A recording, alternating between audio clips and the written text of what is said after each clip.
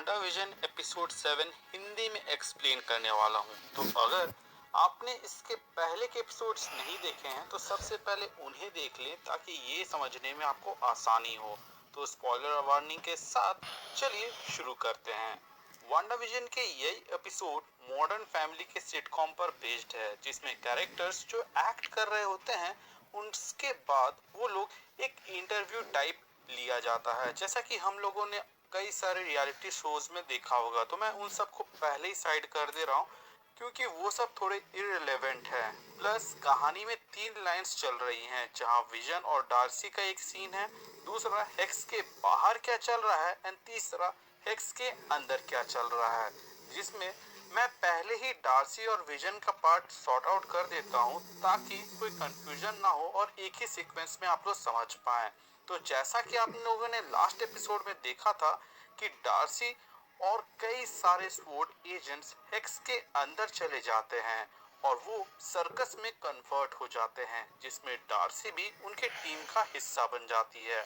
फिर वहाँ विजन उठता है और वो डार्सी के पीछे लग जाता है, जैसे हम सब उसके एंट्री से लगे हुए हैं। विजन कोशिश करता है उससे बात करने की, बट वो उसे रत्ती भर भाव नहीं देती है। तभी विजन उसको डिस्ट्रैक्ट करके उसे वांडा के मैजिक से मुक्त करता है, जैसा उस अविलाश को किया था। डार्सी जैसे ही वांडा के मैजिक से आजाद होती है, वो बोलती है कि मैंने सोचा था कि मुझे यहाँ पर स्पेशल गेस्ट का रोल मिलेगा। फिर बातों बातों में विजन कहता है कि मेरे पास कई सारे सवाल हैं, जिस पर डार्सी कहती है कि मेरे पास कई सारे जवाब हैं। तो वो लोग डिसाइड करते हैं कि पहले वो लोग यहाँ से निकलते हैं, उसके बाद ये सवाल जवाब का गेम खेलेंगे। एंड वो लोग वहाँ से निकल जाते हैं वहाँ का एक ट्रक को लेकर। इसके बाद वो लोग डिसाइड करते हैं कि वो लोग घर जाएंगे, लेकिन घर जाने के लिए जिन जिन मोड़ में वो लोग जाते हैं वहाँ कुछ न कुछ ऐसा हो रहा होता है जिसके वजह से वहाँ पर डिले होने लगता है, जिस पर विजन तंग आकर वहाँ से उड़कर चला जाता है।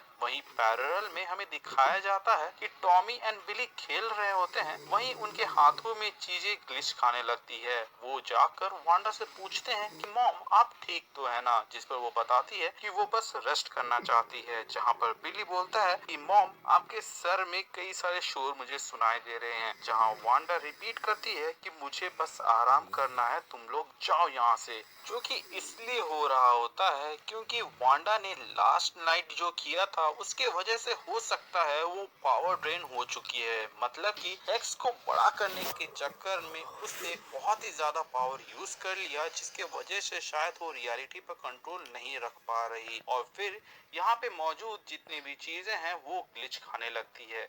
जैसे कि जब वो ब्रेकफास्ट करने जाती है तब यहाँ पे वो जो दूध का पैकेट रहता है वो बोतल में ट्रांसफॉर्म हो जाता है। जब वो यहाँ पर बैठी हुई रहती है तब टीवी और कुछ कुछ चीजें पुराने जमाने में अपने आप अल्टर होने लग जाता है। इसके अलावा वहाँ पर जब वो अपने बच्चों से बात कर रही होती है तो बातों बातों में बच्चे पूछते हैं कि क्या आपने डैड को मारा था, जैसे कि अंकल पिएट्रो ने कहा। तो वहाँ पर वांडा कहती है कि तुम उस आदमी की कोई भी बात को मत मानो और ना ही सुनो, क्योंकि वो तुम्हारा अंकल नहीं है। और उसके बाद से तभी वहाँ पे एग्नेस आ जाती है। एग्नेस बोलती है कि मैं इन बच्चों को साथ में ले जाती हूँ, तुम आराम करो। वहीं जब बच्चे एग्नेस के घर में जाते हैं तो बिली वहाँ कहता है कि मुझे यहाँ रहना पसंद है क्योंकि यहाँ बहुत ही शांति है। जिस पर एग्नेस बोलती है तुम कहना क्या चाहते हो, तो वो कहता है कि तुम्हारा दिमाग बहुत ही ज्यादा शांत है, जो कि थोड़ा सा वियर्ड लगना चाहिए क्योंकि जितने भी लोग यहाँ पर मौजूद हैं वो सब वांडा के वजह से हैं और उन लोगों की फीलिंग्स यहाँ पे दबी हुई है और जो रियलिटी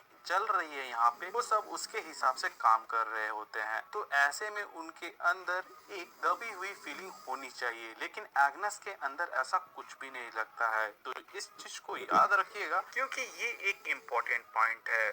वहीं हेक्स के बाहर हेवर्ड का मन अभी भी नहीं माना और वो फिर से 8 माइल के दूर में स्वॉर्ड के टेम्पररी बेस को बनवाता है और कहता है कि क्या सब कुछ तैयार हो चुका है, क्योंकि वो लोग अब जंग छेड़ने वाले थे, जिसके बारे में हमें पिछले एपिसोड में ही हिंट मिल गया था। वहीं बात करें मोनिका की तो वो के साथ अपने एरोस्पेस वाली फ्रेंड से मिलने जाती है, जिनसे उन्होंने डार्सी के अकॉर्डिंग बताई गई चीजें मंगवाई थी, जिस व्हीकल को लेकर वो वांडा के हेक्स में जाने वाली थी। बट जब वो उसे लेकर वहां जाती है तो वो फिर से रीराइट होने लग जाता है। मतलब कि वो पार्टिकल अंदर में जो नॉर्मल रियलिटी है उसके जैसा होने लग जाता है। तभी मोनिका वहाँ से बाहर कूदती है और दोबारा से अपनी मर्जी से घुसती है। एंड इस बार हमें हेक्स के बाहर से अंदर जाने वाले जो प्रोसीड्योर होता है वो दिखाया जाता है, जहाँ पर हम देखते हैं कि यहाँ पर मोनिका स्ट्रगल कर रही होती है। हमें कैप्टन मार्वल मूवीज के डायलॉग सुनने को मिलते हैं और जैसे वो इस बार आती है तो हमें देखने को मिलता है कि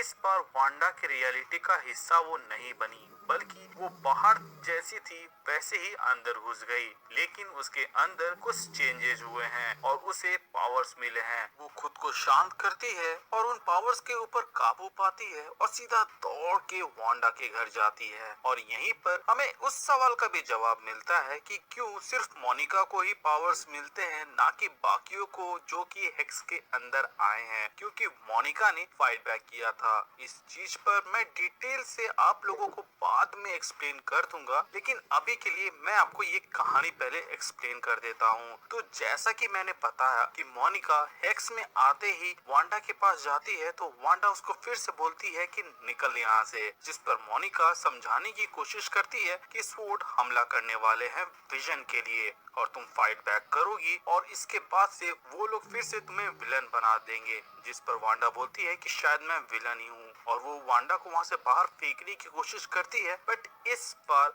मोनिका के पावर्स एक्टिवेट हो जाते हैं और वो वहीं पे लैंड करती है। वहाँ पर उन दोनों के बीच में बहस होने लगती है, जहाँ मोनिका मदद करना चाहती थी बट वांडा उसकी मदद को ठुकरा देती है। और वहाँ पर डॉटी और मेलमैन जैसे लोग ऐसे देख रहे होते हैं जैसे ये वो रोज का है। तभी वहाँ एग्नेस आती है और वांडा को अपने साथ अपने घर ले जाती है, जहाँ वो किचन में कुछ लेने के लिए जाती है। तभी वांडा पूछती है कि वेयर आर द ट्विंस, मतलब कि मेरे जुड़वा बच्चे कहाँ हैं, जिस पर एग्नेस बताती है कि वो लोग बेसमेंट में खेल रहे होंगे। वांडा बेसमेंट में जाती है जहाँ पे तहखाना टाइप माहौल रहता है और वहाँ एक बड़ा सा रूम दिखाया जाता है जिसके अंदर वो एक बुक रखा हुआ देखती है। तभी एग्नेस वहाँ पीछे से आती है और बोलती है कि तुम्हें ऐसा तो नहीं लगा कि तुम एक लौती जादूगरनी हो इस शहर में? मेरा नाम अगांथा हार्कनेस है और तुमसे मिलकर अच्छा लगा। और फिर हमें एक सॉन्ग दिखाया जाता है जिसके थ्रू हमें ये बताया जाता है कि अभी तक जितने भी एपिसोड्स में कुछ ना कुछ गलत चीजें हुए हैं उसके पीछे